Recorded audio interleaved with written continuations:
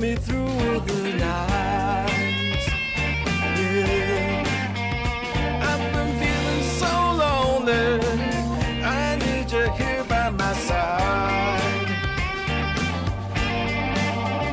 As I shiver in the darkness, weather storming outside. As I shiver in the...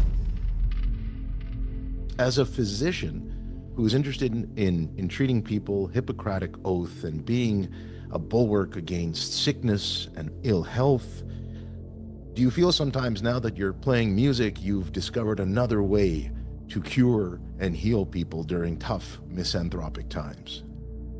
Well, first of all, Eric, thank you so much for the opportunity to be on your show. It's a great honor and privilege. And I really appreciate the opportunity just to talk about my music and the intersection with my life as a doctor. They're both really important parts of who I am. And of course, medicine's a healing profession. Music can also be very much a healing profession. There are things that we try to express and learn about ourselves and our human beings, the ways that the things that we aspire to do, the ways that we hurt, the ways that we feel, and it's the same with music. We express ourselves in so many different ways and communicate what's going on with ourselves. So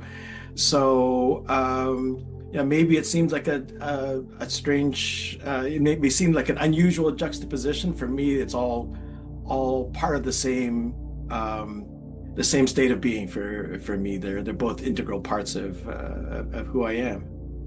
Is it a novelty effect for most people? Do you get them coming up to you and saying, Dr. Ben, I can't believe you're an actual doctor. I thought it was maybe kind of a stage name or some kind of interesting, catchy gimmick. Instead, it seems to underscore your legitimacy as a human being in some respects, right? I mean, when you apply your craft in one field of life long enough and then discover another that's always been inside, or at least that's how I feel, Dr. Ben. When I listen to your music, it doesn't sound like someone who has been just entering this field of genre, whether it's blues or jazz. It feels like it's always been with you from the start, and now you're finally letting it out the way you've always wanted to. I think that's exactly it. I have always felt that music was a part of my life. Music was part of our household when we were growing up. More on the classical side, certainly. My dad loved all the great classical composers: Beethoven, Bach, Chopin. My sister at the time was studying to be a classical pianist, and that's where I started in piano. Later moved to violin when I was in high school, and then when I was in university. Picked up the guitar thanks to my first roommate that had a beautiful Gibson Les Paul, and he knew about 6 chords, but I picked it up and he said, hey, I play violin. I think I can do a few things with this, and then just my love of the guitar took off from there. So it's always been part of my life, music, and doing something big, significant with it to write and share. That's been a lifelong dream that only recently I've been able to realize. Tell me about some of your influences, because although you are characterized, it seems like, in many descriptions as a blues jazz musician, I'm sensing a deep soulfulness that is very reminiscent for me when I listen to your music of what the great Stevie Ray Vaughan used to do, which is captivate a room by playing the kinds of soulful licks and the kind of tonality that made everyone stop and kind of wallow in the moment, whatever it is, whether it was fear, self-loathing, brokenheartedness, whatever it is.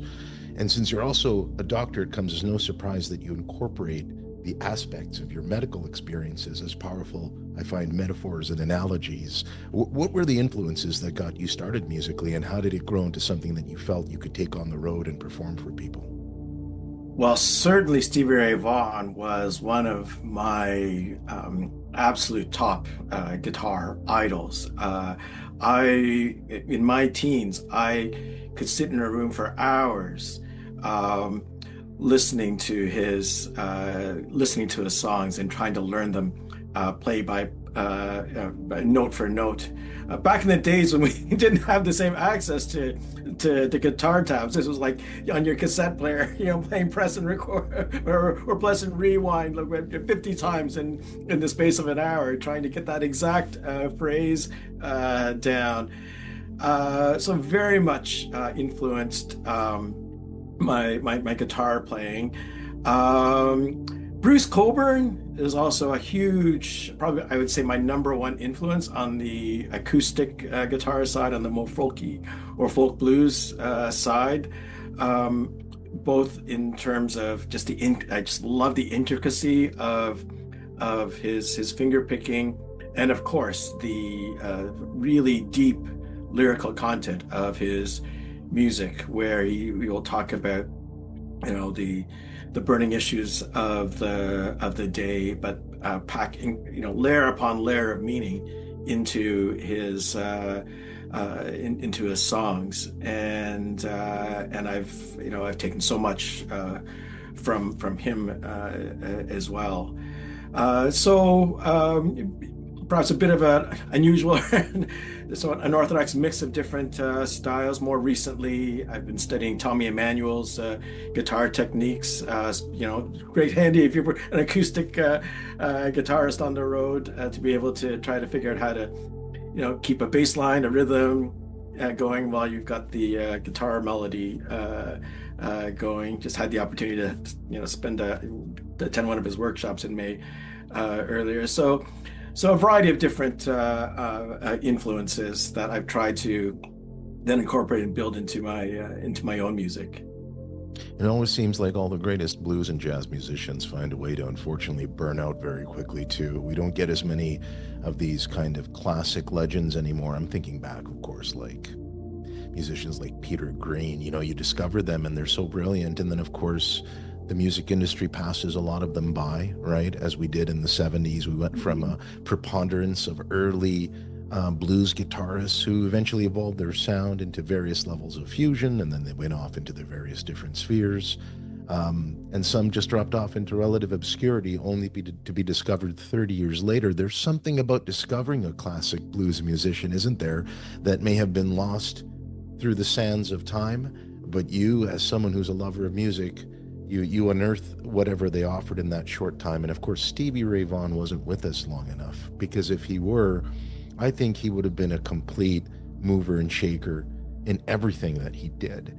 And when I was reading the description of some of your work, I kept seeing this familiar quote related to either an interpretive style or style of music that was based on something that was very Alanis Morissette in nature. And as someone who remembers where he was when she came out with her big album, and You Ought to Know was playing everywhere in the late 90s, it doesn't surprise me that you were influenced by the approach to songwriting through the way that she ultimately changed the business. Am I reading that correctly, and kind of appreciating the way that you were introduced to her, and why your music at the end of it all is a very existential grip of love and heartbreak? Well, that song, my most recent song, Cure Your Blues, was a breakup song, and that was the very first song that I wrote, and this was over 30 years ago when I was still a graduate student, and I do remember that sometimes in just a sudden great moment of angst, all this creativity and it spills out, or you get an idea. And you get the sense this idea is just coming to my mind for a great song. I have to grab onto it and drop everything that I'm doing at that moment, because this moment is only going to last. And I put that song together in a matter of a few hours. And then there was a pub night that night, or that week. So we performed it right away with a bunch of my buddies. And but I think more than just the Alanis Morissette in particular, I love her music, but it's just the idea that there is something that you experience that is grinding at you or tugging at you or making you uncomfortable or making or making you feel great, or there's something that's happening at that particular moment, um, whether it's in your personal life or often, more recently in my professional life, that you experience that you think, okay, I got to write a song and I got to do this right now and drop everything that I'm doing. And the last several songs that I've written have been under those sudden bursts of inspiration. You remind me very much in your description of people who come across a Joni Mitchell or a Gordon Lightfoot, in that they, as songwriters, no doubt did what you did, which was get seized by this inspiration and just devote themselves to it, and then find a way to export it for people to appreciate it with live performances. I'm assuming you're a big proponent of the little guy, of the local community scene, because let's face it, for a while, music was a great mantra for people, especially in the 70s and 80s, trying to deal with emotional hardships. And now more than ever, we have more people dealing with emotional hardship and challenges. And unfortunately, the mainstream music is not really a viable option because of how commercialized and how synthesized it is. You being out in these clubs, in these festivals, in these really intimate environments must be very, very cathartic, I would imagine, for someone who understands, as both a musician and a student of music, what a departure that is from the analytical scientific lifestyle that you've been used to leading. Well, I think getting out there and performing and sharing how I'm feeling with my songs in whatever venue, it is very cathartic. That's what so much of my music very much also feels cathartic to me. At this stage of my career, I just want to get out there in whatever venue it is, small or big, uh, and share what my music has to offer, and the message that it has. And The pandemic was, I think, a turning point for me in terms of both in terms of songwriting and getting the impetus to share my music. I think as I mentioned, there was a whole series of songs that I had written in my in my early 20s, when I was a student, and the usual stuff, heartbreak and the loneliness, and then I get married. I have a job. I have mortgage, bills to pay, kids, baseball practices, and so those things, of course, overtook my life. But I never ever forgot about my songs and a desire to do something bigger with them. That someday would come where I could share this. And the big impetus for me was the pandemic. One, I had all this time at home, and I had all these instruments at home. So what a great time to just immerse myself in my songs and revisit some of the material that I had written. It was a time where on my street, we would organize, like, at the worst of the lockdown, we would organize a daily outdoor concert and get everybody together, and I would often provide the music for that. And then working through the pandemic as an emergency department doctor, these ideas would start coming to me about music. So the first one was about atrial fibrillation, this crazy heartbeat that that makes people feel like crap. Well, one night I had a patient who had every complication in the book, and as I was driving home from work, I said, I got to write a song about this. So that was my first single, "Fibbing on Me."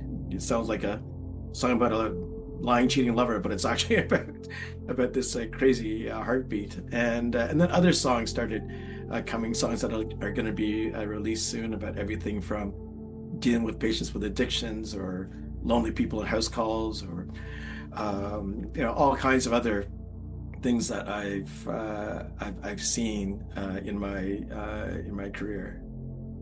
Well, and kudos for choosing baseball, by the way, for the kids. I always tell people, if you're going to focus on a career for your children in a sport, why not choose one without a salary cap, right? As we Yeah. know from experience around these parts. But you said something very interesting there, Dr. Ben, which was what COVID did to your mindset when it came to tapping in to your musical talents and what was stirring inside. COVID, by its very nature, was about loneliness, Mhm. and it was about feeling ostracized. And in many cases, it felt like utter despair. And to listen to your music now and know that it was born out of that must be very empowering, because not everyone was so fortunate. I always wonder how the caregivers and the doctors and the nurses handled that whole time period, because it doesn't get talked enough about how the healthcare practitioners were just pummeled with stress and pressure. And we don't talk about that enough. We talk about everyone saying, oh, woe was me, these are my symptoms. But let's talk about the people who, like you, were going out and loaning a helping hand. Maybe talk to me about how I'm reading that you went out to all these rural communities, because clearly you weren't just in a clinic somewhere receiving patients. You were going out there and trying to do a world of good. And now to know that from that came this baptism of music, where now you can take these experiences and share them, that must feel very, very wonderful in your development as a human being. Sure, and it does feel wonderful. It's healing for me as well. Um, and one of my songs, my second single, "Come to My Rescue," I wrote that song again some 30 years ago, and that was about more like loneliness on a romantic level. But it was one of the songs that during my COVID era I ripped apart and put back together again. And it has, for me, many different dimensions. You can read that as a song about romantic loneliness, or you can read this in ways about, people suffer from loneliness or isolation or suffer through the pandemic in different ways. The thing I liked about the way it was when it was rewritten was that it could be seen from 100 different lenses of people going through different forms of loneliness and isolation. Do you find now with us in really tumultuous, uncertain times where you can't even get a consensus on medicine, let alone music, do you find that by immersing yourself in these environments where you're being looked upon and you're in the crowd, is that something that you find that with every performance you're experiencing something new and learning something new? I mean, with medical textbooks and the way that we treat patients in this world, they're usually quite standardized unless something is introduced globally. But with music, it's the Dr. Ben Chan show. You can do anything you want, however you want. That's got to feel really empowering, that after a hard day of work and family, you pick up your guitar, you start playing it, and at that moment, you're probably not even thinking about all those troubles anymore, right? At this point, you're just in the zone in front of the audience and enjoying every moment of it. Uh, yeah, that's certainly what I tried to do. When I first started performing, it was just obsessing about technical things. Oh, did I hit that phrase just right? Or, oh, it's a little sloppy in the timing there. You're always, super self-critical.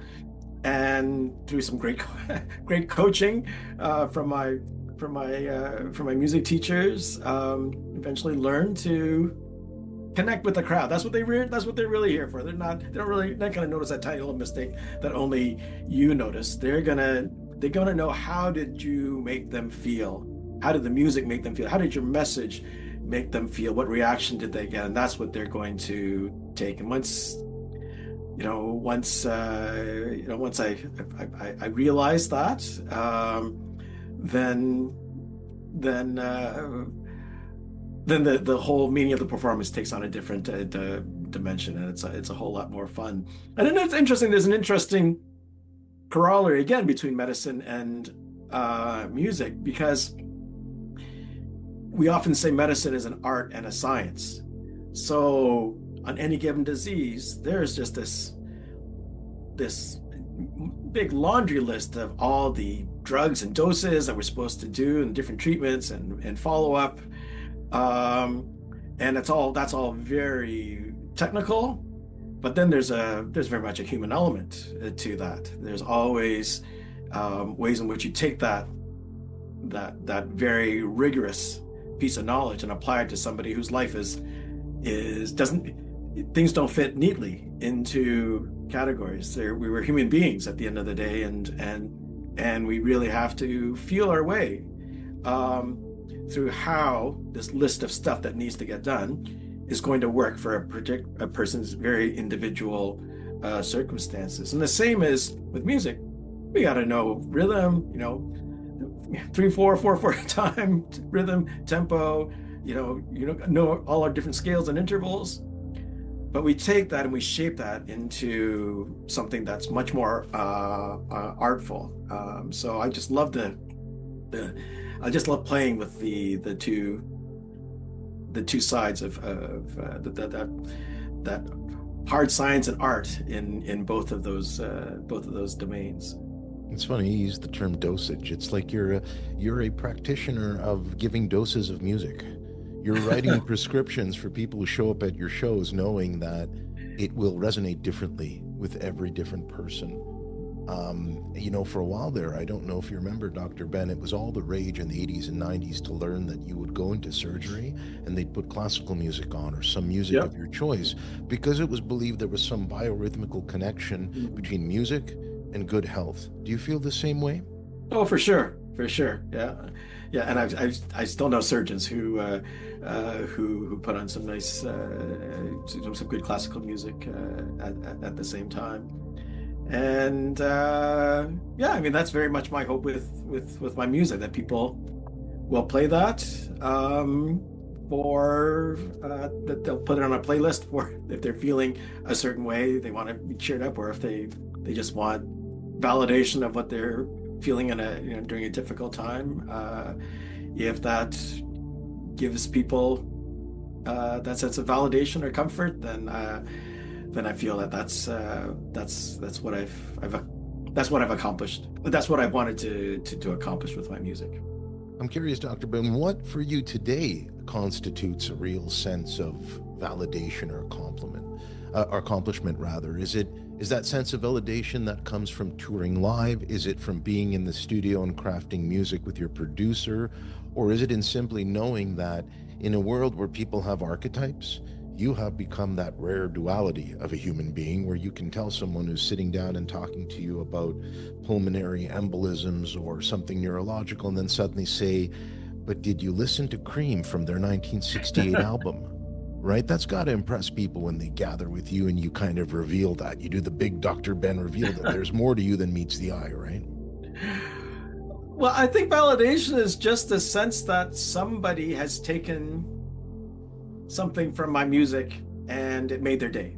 It made them feel better. I mean, I remember, as I was producing my music and starting to perform, the first place I played was a nursing home. And, what a great place when you're a first performer, as far as a place where it's a pretty forgiving environment. And of course, it was one of the toughest places to be in during the pandemic. So it was great to be able to share something fun with an audience that had suffered so much. But I remember, there's an old gentleman sitting in a wheelchair, and he was trying his best to bop along with the music, and then a nurse comes along and helps him get on his feet and steadies him as he tries to take a little two-step with the song. And I'm playing around, just watching this unfold, and I mean that's a priceless feeling to be able to witness that. And then when I put my music on social media and see people come up with different comments about what they felt then, says, oh, this lick reminded me, this guitar reminded me of like Stevie Ray Vaughan, or it brought back some memory for them. It could be any kind of reaction like that. In fact, the more different types of reactions that people have, the more satisfied and happy I am that that my music is having this kind of an impact on people. And it strikes me as incredibly ironic that insurance is not an issue, knowing that the musician can help the audience if there's a medical emergency. Can you imagine? See, if he falls off that wheelchair with some issues, we don't have to look very far. You can just put that guitar down like a superhero and help him immediately. I absolutely love that, by the way. It's interesting too, because I find in this day and age, with the state of music as it is and how it's horribly ignored at the local level, at the little towns and hamlets and villages, myself as a former musician and someone who runs festivals and manages bands, I love going into these small little towns and discovering talent that I've never even considered before, because it's there. Maybe that's the greatest positive of COVID, is that there have been legions of people who realized they needed to find that existential outlet. They found it, and they go out and do something about it. You're living that kind of dream. I think you're quite inspirational to people who are also thinking about what they need to do to realize what's stirring inside. Do you get more recognition now for your guitar playing or your voice? Because quite frankly, I think you do both so well and so authentically. I'm wondering, is it usually, oh, I wish you could teach me that? That sounds so wonderful. Or is it more along the lines of your voice? It's put me in a good place and I've been taken far away. Well, I do think it's both, and those do require a lot of work, a lot of hours of practice, and I used to think I was a good guitar player until I found my producer Doug Roman, an awesome guy, by the way. He's based in Toronto, and then I was exposed to the standard at which session players play. And compared that to my own playing, and realized, okay, wow, that's inspiring. It's terrifying and inspiring, but that has certainly, being exposed to that certainly has pushed me to try to just practice and get my skills up. And the same with vocals. I've got a fantastic vocal coach. Any song that we're working, she will pick it apart, literally syllable by syllable, and say, okay, jaw forward, no, jaw back, open, back of the throat, open it up, resonate on this spot between your hard palate and soft palate, or move it to the teeth, it'll sound better. Like, that's the level of rigor that she that she puts me through for every single song that I work at. And then once you internalize all of that, then you can be free to add your additional expression and some spontaneity, especially in the middle of a live performance. But like anything in life, you got to put in those hours to perfect the craft, and then you can have some great fun. You can still have fun even if it's not there, but to take it, to be able to do it professionally, that's what that's what it takes. Still a work in progress. Always is. But it sounds to me like your approach and and focus with this ambition is really paying lovely dividends in your soul. Tell my audience about what you have planned on the horizon. What's next for Dr. Ben, and what would you like to see 2026 effectively bring you as a musician to keep you going and motivated and plying your craft? Well, it's still very much more of what I've been doing. I'll be releasing more songs in the new year. Working on some music videos as well. I've had music videos for all of my 5 releases so far. I'm in the middle of applying to festivals right now as we speak, and being able to do that, if that works out, I'd be thrilled to be able to start sharing my music with broader audiences, and just continuing to try to have my music reach as many people as possible around the globe through the different streaming services. I think there will be some great progress on that, and yeah, that's basically the plan. And but at the same time, it's always good to have the plan, but the focus is one step at a time. Every performance, just try to get out there, enjoy the performance, have a great time, connect with the audience, and learn and grow from that, have a great time. And hopefully put a smile on somebody's face. It's always got to be the immediate goal. Well said, Dr. Ben. And it seems to me, just by looking at your background, that you are prepared. You are prepared. You have this kind of cool Joe Satriani setup where I feel like you could just jump on any instrument and immediately visualize what it is that you're feeling.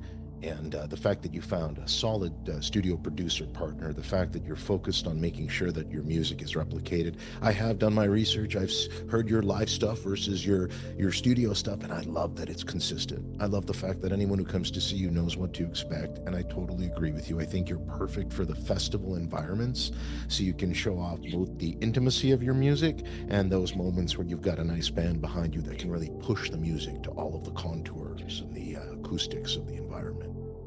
Thank you. Thank you. Well, thank you for doing this, Dr. Ben. Continued success with the hopes that you become a household name, because I really believe that someone doing it the way you're doing it with the passion that you have is only destined for success across this country, coast to coast. Thank you so much. Thank you.